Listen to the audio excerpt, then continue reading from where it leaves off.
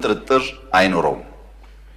ቢኮዝ ያለን ጂዲፒ ያለን ኢኮኖሚክ እድገትና ያለብን ዕዳ ጫና ወደዛ ደረጃ ሊሄድ እንደሚችል የሚያመላክት ጉዳይ አለ።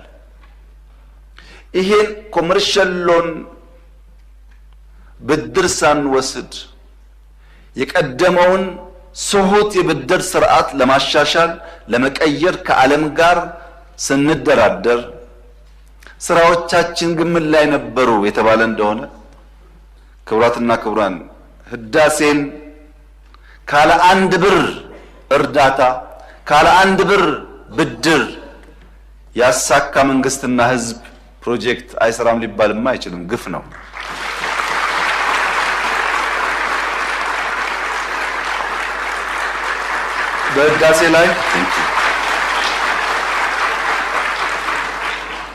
በህዳሴ ላይ አንድም ብር እርዳታ አንድም ብር ብድር ኢትዮጵያ አልወሰደችም።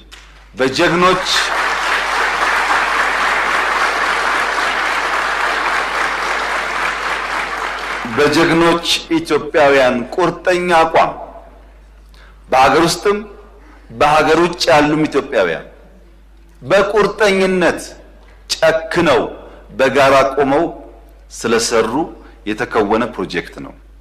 ግን በዚህ አላበቃም። ህዳሴ ከአፍሪካ አንደኛውን ሰርተናልና ሌላ አያስፈልግም እኮ አላለችም ኢትዮጵያ። በአፍሪካ ሶስተኛ የሆነውን ኮይሻ እየገነባን ያለነው የንፋሱን ሳልጨምር በርካታ ፕሮጀክቶች ይሰራሉ። ፕሮጀክት ቆሟል፣ ሜጋ ፕሮጀክት የለም ለተባለው እውነት ነው። ፕሮጀክት የለም፣ ግን ከአፍሪካ አንደኛው ኤርፖርት ኢትዮጵያ ውስጥ ተጀምሯል።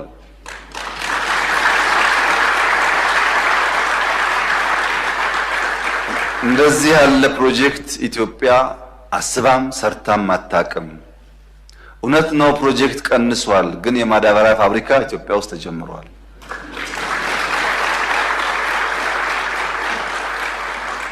ፕሮጀክት ቀንሷል። የጋዝ ፌዝ 1 ጨርሰን ፌዝ 2 እና ሪፋይነሪ እየሰራን ነው። በሜጋ ፕሮጀክት በፕሮጀክት ክትትል በፕሮጀክት አፈጻጸም በፕሮጀክት አመራር እንኳን ኢትዮጵያ ውስጥ ድፍን አፍሪካ ገና ከኢትዮጵያ ይማራል። ድፍን አፍሪካ። ክቡራትና ክቡራን 7 ቀን ቀንና ማታ በየጥሻ ውስጥ የምንዞረው ፕሮጀክት ተጀምሮ ሳያልቅ እንዳይቆም ነው።